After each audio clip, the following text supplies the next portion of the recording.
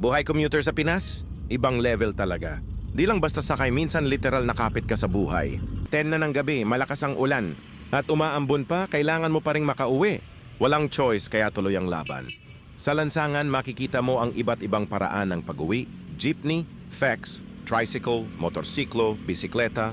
Minsan lakad pa. May mga nakataxi, Grab, Move It, may nakikiangkas. May naglalakad sa gilid habang sinasalubong ang ulan. Ganito ang buhay commuter sa Pinas lalo na tuwing tag-ulan. Hindi ito reklamo, hindi ito politika kundi harsh reality. May mga bansa rin na mas mahirap ang sitwasyon, pero ito ang katotohanang araw-araw na nangyayari. Traffic, kulang ang sasakyan, siksikan, mahabang pila. Minsan halos isang oras kang nakatayo o basang-basa ka na bago ka pa makaupo.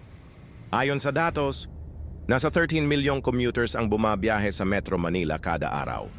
Halos 200,000 jeepneys ang nasa buong bansa, pero madalas, hindi pa rin sapat para sa lahat. Pagod ka na sa trabaho.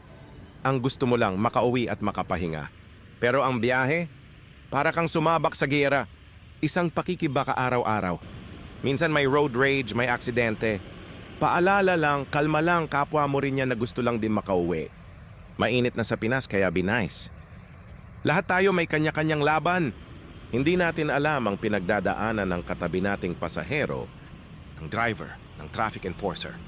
Kaya kahit mahirap, piliin pa rin nating maging mahinahon. Respeto lang kahit saan makarating. At sa bawat biyahe ko, may isang kasama akong hindi ako iniwan. Gojodok Mini Fan, 1 taon ko nang gamit, pero hanggang ngayon, solid pa rin ang battery. Hindi ako pinagpapawisan ng sobra kahit siksikan sa jeep o pila sa MRT. Malakas ang hangin, compact, kasya sa bulsa.